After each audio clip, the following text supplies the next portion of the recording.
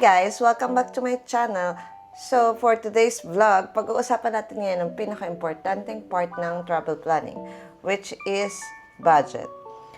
Isi-share ko sa inyo yung complete expenses namin for our Sapa, Hanoi, Vietnam trip.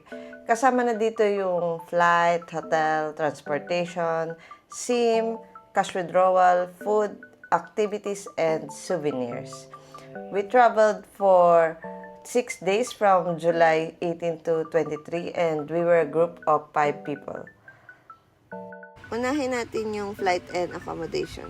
So, for our flight, ang round trip ticket natin ay nakuha natin sa PAL during their seat sale for 8,473.22 pesos per person.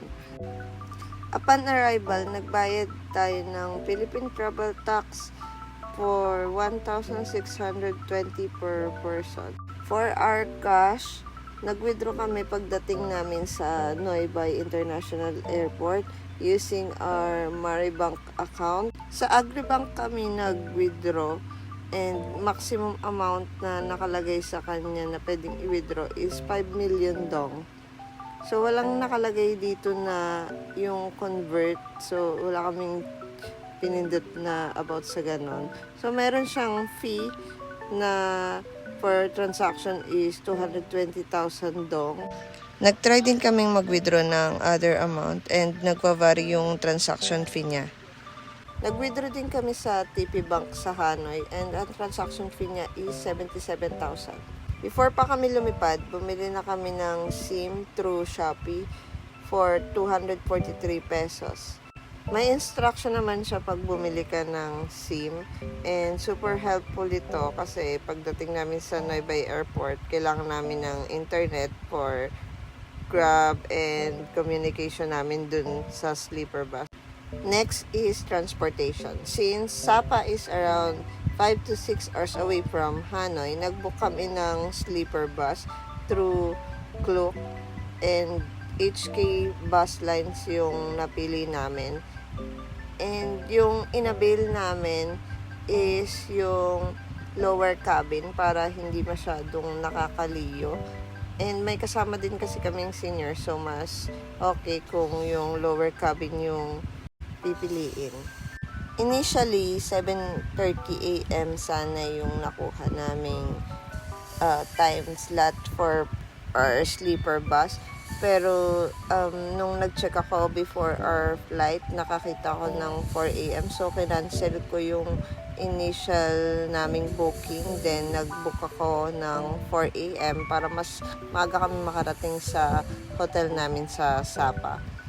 May kasama na din nga pala itong 1 gig eSIM for 7 days. So, okay na rin siyang additional para dun sa in-avail nating SIM from Shopee.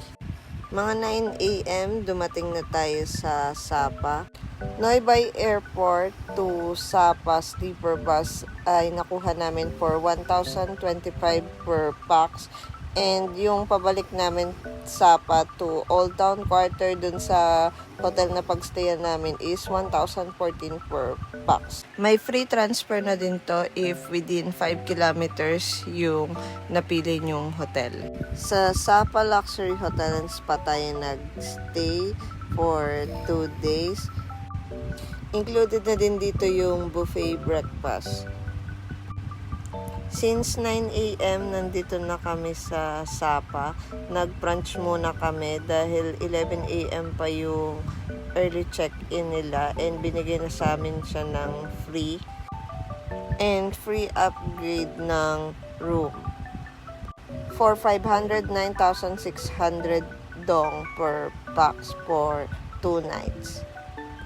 And upon arrival na kami nagbayad nito. We booked through Agoda. For our Hanoi hotel na pinagstayan for 2 days, nag-book din kami through Agoda. 1,281.4 pesos per pax yung nagastos namin dito.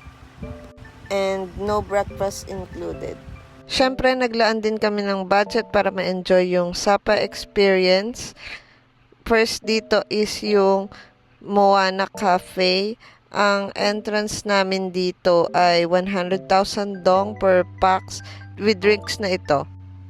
Yung drinks na kasama sa entrance ay pwede ang coffee, tea, or coke.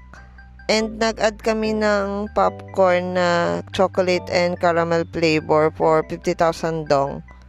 Next namin is Cat Village. Entrance dito is 150,000 dong. And nag-rent kami ng Hmong ethnic costume for 200,000 dong with hairstyling na yon. Rent sa costume for lalaki is 200,000 dong. Nag-rainbow slide din kami sa loob ng Cat Village. Ang per slide is 40,000 dong per pax. And if with drone shot yung gagawin nyo, additional 100,000. And for picture, pag gusto nyo kunin yung picture, ay may additional ulit na 50,000 dong. Sa entrance, malapit sa rainbow slide kami ibinaba ng Grab. So, madali lang kaming nakapaglakad papunta sa Cat Village. Then, yung pagbalik namin, pagod na kasi paakyat na yon and super tarik nung paakyat. Kaya sumakay na kami ng buggy vehicle, electric vehicle for 10,000 per person lang. Next stop namin is Alpine Coaster. Ang isang ride dito is 250,000 dong per person. Kahit dalawa kayong nakasakay dyan, is per person yung binibilang nila. And kung gusto nyong magdalawang ride, 350,000 dong siya. Pwede kayong magdalawa dyan kung less than 150 kilos kayo, combined weight. I-instruct kayo na huwag nyong gagamitin yung stop sa gilid, lagi lang daw forward. Yung nakasakay sa likod, siya yung maghahawak nung lever na dalawa sa gilid.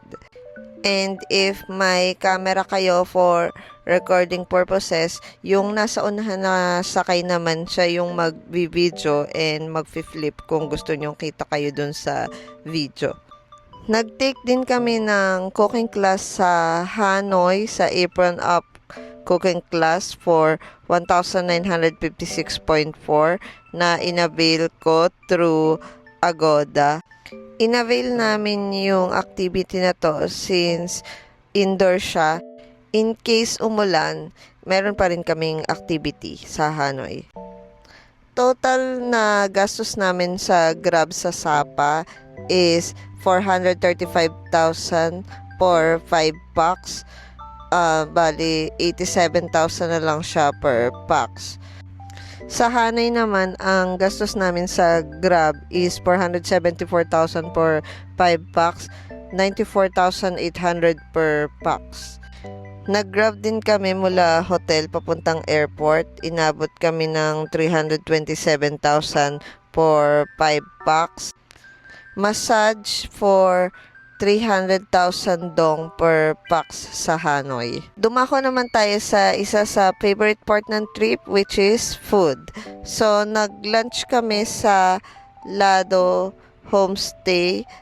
Ang nagastos namin dito is 1.8 M and 360,000 per pax siya. Good for 2 packs daw yung hotpot, pero sobrang dami niya. Nagsapa night market din kami for dinner. Ang nagastos namin dito is 180,000 dong per pax. Next namin kinainan is yung Viet Trekking Restaurant for lunch. Ang nagastos namin is 1,440,000 dong. Viet Trekking Coffee, dun lang to sa baba nung restaurant. Ang nagastos is 50,000 dong sa isang drinks. For our last dinner sa Sapa, nagpunta kami sa Central Restaurant. Ang nagastos namin ay 934,000. Kumain kami ng lunch sa Basta for 60,000 dong per pax. Then, nung nasa Hanoi na kami, kumain kami sa street food. ng dinner for 400,000 dong for 5 packs or 80,000 per pack. Sa Train Street naman, nag-coffee kami for 80,000 dong per packs. Kinabukasan, nag-breakfast kami sa Resta ng Banh Mi. After namin pumunta ng St. Joseph Cathedral, pumunta kami dun sa coffee shop sa harap ng St. Joseph Cathedral and gumastos kami ng 40,000 dong per drinks. Nag-dinner kami sa airport for 73,000 dong per pax. Last category is souvenirs and other small expenses. For our souvenirs, nagpunta kami sa store ni Ate Ha sa Hanoi. So, nagastos namin doon is 435,000 per pax.